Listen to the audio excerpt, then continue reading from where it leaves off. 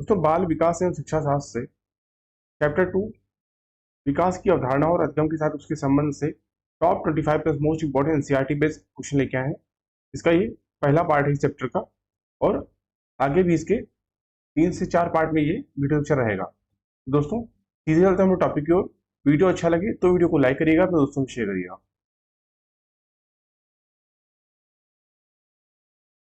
इस वीडियो का पीडीएफ आप हमारे टेलीग्राम ग्रुप से जुड़ के फ्री में प्राप्त कर सकते हैं।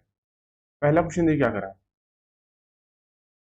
ये पहला टॉपिक है इसका, अभिवृद्धि एवं उसकी विशेषताओं से क्वेश्चन है।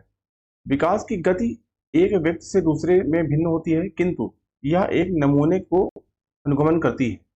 कौन सा ऑप्शन राइट होगा इसमें? डी ऑप्शन का राइट होगा, क्रमबद्ध और व्यवस्थित। तो विकास की गति एक व्यक्ति से दूसरे व्यक्ति में भिन्न होती है, किंतु यह एक क्रमबद्ध और व्यवस्थित नमूनों का अनुगमन करती है। दोस्तों डगलस एवं हॉलैंड के अनुसार विभिन्न युक्तियों के अनुसार विकास की गति में विभिन्नता होती है। यह विभिन्नता विकास के संपूर्ण काल में यथावत बनी रहती है। डी ऑप्शन आपका इस क्वेश्चन के राइट होगा, क्रमबद्ध और व्यवस्थित। अगला क्वेश्चन, एक बालक की वृद्धि से कौन सा कारक संबंधित नहीं है? डी ऑप्शन आपका होगा, अधिवास। तो एक बालक की वृद्धि से अधिवास कारक संबंधित नहीं है, क्योंकि अधिवास बालक की आवश्यकताओं से संबंधित है। मानव जिस स्थान को अपने आश्रय हेतु चुनकर वहां जिन मकानों, घरों, झोपड़ियों आदि का निर्माण करता है, वह उसका अधिवास कहलाता है। तो जबकि पोषण, स्वास्थ्य, निद्रा, वंशानुक्रम, वातावरण, लिंग तथा वृद्धि आदि जो है, बुद्धि आदि जो है, बालक की वृद्धि से संबंधित कारक। ठीक है, डी ऑप्शन आपका होगा, अधिवास। अगला क्वेश्चन, शारीरिक अंगों अथवा संपूर्ण जीव की बढ़ोतरी को कहते हैं। ए ऑप्शन आपका होगा, समृद्धि। अगला क्वेश्चन, बच्चे की वृद्धि मुख्यतः संबंधित है। ए ऑप्शन आपका होगा, शारीरिक विकास से। तो बच्चे की वृद्धि मुख्यतः शारीरिक विकास से संबंधित होती है। दूसरे शब्दों में कोशिकाओं की गुणात्मक वृद्धि ही अभिवृद्धि कहलाती है, अथवा व्यक्ति के स्वाभाविक विकास को वृद्धि कहा जाता है। तो मानव अभिवृद्धि की प्रकृति के अध्ययन से यह ज्ञात होता है कि बालक के शरीर और व्यवहार के प्रमुख जो है आकार प्रकार में किस प्रकार परिवर्तन घटित होता है। तो मुनरों के अनुसार जो है, गर्भाधान से लेकर शैशवावस्था, बाल्यावस्था, किशोरावस्था से होते हुए प्रौढ़ावस्था तक पहुंचने के दौरान व्यक्ति के विभिन्न अंगों के आकार, लंबाई तथा भार आदि में आने वाली परिवर्तनों को वृद्धि कहा जा सकता है। ये ऑप्शन आपका होगा, शारीरिक विकास से। अगला क्वेश्चन, शारीरिक वृद्धि और विकास को कहते हैं। बी ऑप्शन आपका होगा, अभिवृद्धि। शारीरिक विकास और शारीरिक वृद्धि और विकास को कहते हैं अभिवृद्धि। अगला क्वेश्चन, निम्नलिखित में से कौन सा कथन वृद्धि की विशेषता का प्रतिनिधित्व नहीं करता? बी ऑप्शन आपका राइट होगा, यह मापने योग्य नहीं है। ठीक है, अगला क्वेश्चन, वृद्धि के बारे में क्या सही नहीं है? डी ऑप्शन आपका राइट होगा, अभिवृद्धि जीवन पर्यंत चलने वाली प्रक्रिया है। अगला क्वेश्चन,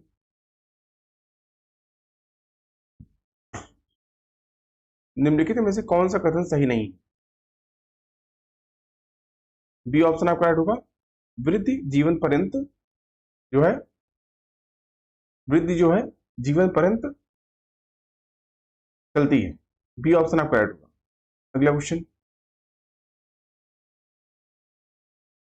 बच्चों की वृद्धि और विकास की अवधारणा में निम्नलिखित में से कौन सा कथन सही है?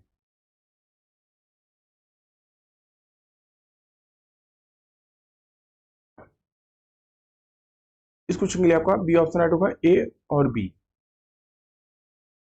यानी वृद्धि केवल जैविक और भौतिक परिवर्तन को संदर्भित करता है, लेकिन विकास जो है मानसिक, सामाजिक और भावनात्मक परिवर्तनों को संदर्भित करता है।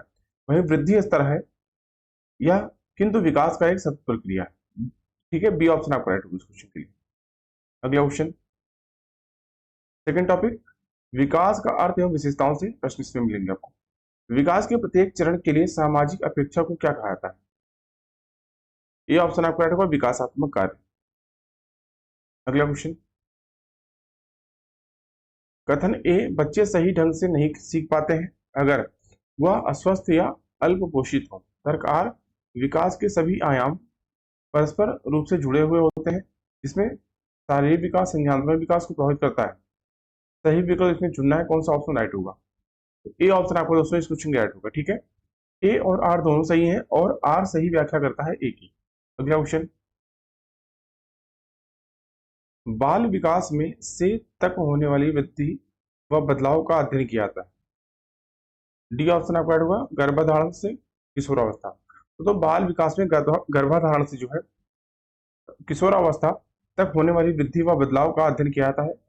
विकास एक सतत प्रक्रिया है जो जन्म से लेकर मृत्यु पर्यंत तक चलती रहती है। विकास की संपूर्ण प्रक्रिया को कुछ अवस्थाओं में बांटा जा सकता है। आपको बताते हैं, एक अवस्था से दूसरी अवस्था में जाने पर विकास प्रक्रिया में कुछ निश्चित परिवर्तन आ जाते हैं। दोस्तों, सामान्य रूप से मानव विकास को 5 अवस्थाओं, जिनमें गर्भावस्था, शैशवावस्था, बाल्यावस्था, किशोरावस्था, प्रौढ़ावस्था में बांटा जा सकता है। ठीक है, इस हिसाब से डी ऑप्शन आपको राइट होगा। अगला क्वेश्चन,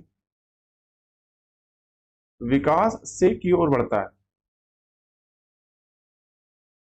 ए ऑप्शन आपका राइट होगा, सामान्य से विशिष्ट। विकास जो है सामान्य से विशिष्ट की ओर बढ़ता है।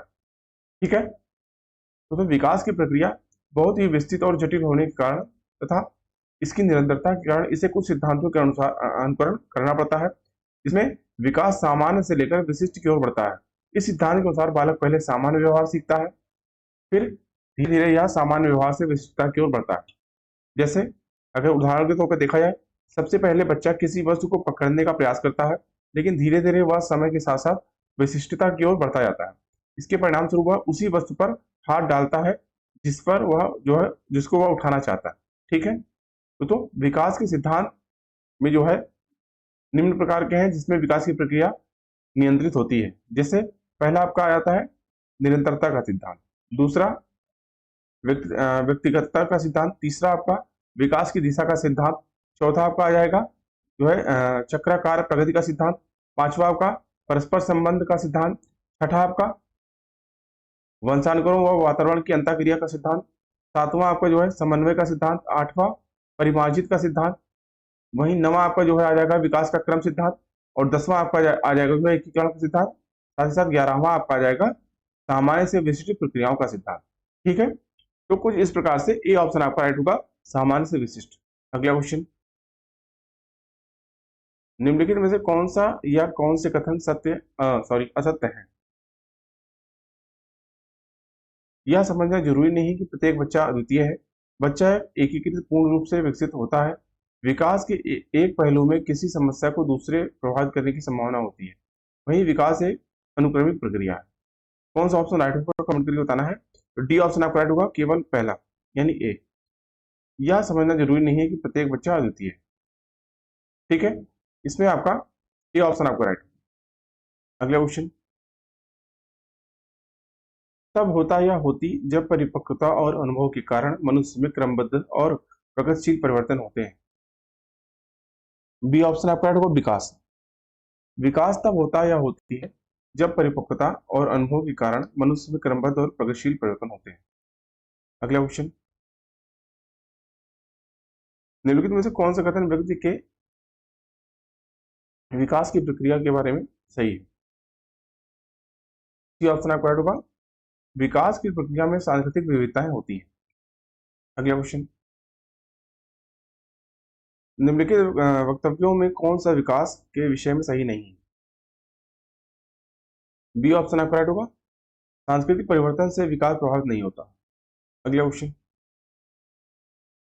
कथन ए बच्चों की विकास की प्रगति को दूसरे बच्चों की तुलना करके सही ढंग से शुद्धता सटीकता से मापा जा सकता है। वहीं तर्ककार, विकास का रूप व अनुक्रम एवं विकास की गति सभी बच्चों के लिए सार्वभौमिक रूप से समान होती है। सही विकल्प इसमें चुनना है। इस क्वेश्चन के लिए आपका डी ऑप्शन राइट होगा, ए और आर दोनों गलत। ठीक है, अगला क्वेश्चन,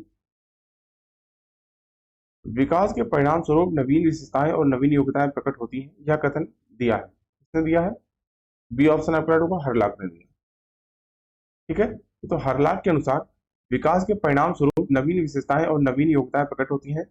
वहीं मेरेडिथ के अनुसार जो है, मेरेडिथ के अनुसार हरलाख के अनुसार होगा, फिर मेरेडिथ के अनुसार दोस्तों कुछ लेखक अभिवृद्धि का प्रयोग केवल आकार की वृद्धि के अर्थ में करते हैं और कुछ विकास का विभेदीकरण या विशिष्टीकरण में अर्थ इसमें निकालते हैं। वहीं गैसल के अनुसार जो है, गैसल के अनुसार विकास केवल एक प्रत्यय यानी विचार ही नहीं है, इसे देखा जांचा और किसी सीमा तक तीन विभिन्नताओं दिशाओं यानी शरीर अंग विश्लेषण, शरीर ज्ञान तथा व्यवहारात्मक रूप में मापा जा सकता है। तो इस सब में व्यवहार ही सबसे अधिक विकासात्मक स्तर तथा विकासात्मक शक्तियों को व्यक्त करने के एक माध्यम, ठीक है। वहीं डगलस और हॉलैंड के अनुसार दोस्तों विभिन्न व्यक्तियों की विकास की गति में विभिन्नता होती है और यह विभिन्नता विकास के संपूर्ण काल में यथावत बनी रहती है, ठीक है। तो बी ऑप्शन आपका इस क्वेश्चन ऐड होगा, हर लाख। अगला क्वेश्चन, निम्नलिखित में से कौन सा कथन सही है?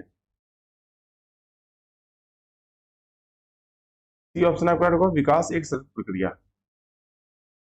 अगला क्वेश्चन, विकास शब्द में निहित है। सी ऑप्शन आपका ऐड होगा, दोनों संरचनात्मक तथा प्रक्रियात्मक बदलाव। अगला क्वेश्चन, विकास के विषय में सही वक्तव्य चुनिए।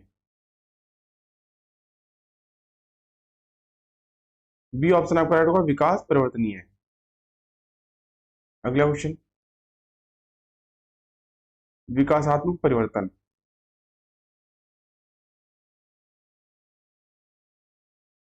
डी ऑप्शन आपका ऐड होगा, वंशानुगत कारकों और पर्यावरणीय प्रभावों का जो है परस्पर क्रिया है। अगला क्वेश्चन, विकास में वृद्धि से तात्पर्य है। डी ऑप्शन आपका राइट होगा, आकार सोच समझ कौशलों में वृद्धि। अगला क्वेश्चन, निम्नलिखित में से कौन विकास के व्यापक आयामों की सही पहचान करता है? डी ऑप्शन आपका राइट होगा, शारीरिक संज्ञानात्मक सामाजिक और संवेगात्मक। अगला क्वेश्चन, और हमेशा की तरह आज का टेस्ट का क्वेश्चन आपके लिए, क्वेश्चन क्या आज का, विकास के संदर्भ में निम्न में से कौन सा कथन सत्य नहीं है? विकास की प्रत्येक अवस्था में अपने खतरे हैं। विकास उकसाने अथवा बढ़ावा देने से होता है। विकास सांस्कृतिक परिवर्तनों से प्रभावित होता है। विकास की प्रत्येक अवस्था की अपनी विशेषता होती है। कौन सा ऑप्शन राइट होगा आपको कमेंट करके बताना है। प्लीज आप लोग इसका आंसर कमेंट करके बताइएगा। वीडियो अच्छा लगा दोस्तों, वीडियो को लाइक करिए, अपने दोस्तों में शेयर करिए, साथ ही साथ चैनल को सब्सक्राइब करना ना भूलें, जिससे कि चैनल पर आने वाली इंपॉर्टेंट वीडियो की नोटिफिकेशन आपको टाइमली मिलते रहे। इस वीडियो का पीडीएफ आप हमारे टेलीग्राम ग्रुप से जुड़ के फ्री में प्राप्त कर सकते हैं। अभी की वीडियो को देखने के लिए आप सभी का धन्यवाद। मिलते हैं दोस्तों नेक्स्ट वीडियो में, देखिए थैंक यू, जय हिंद।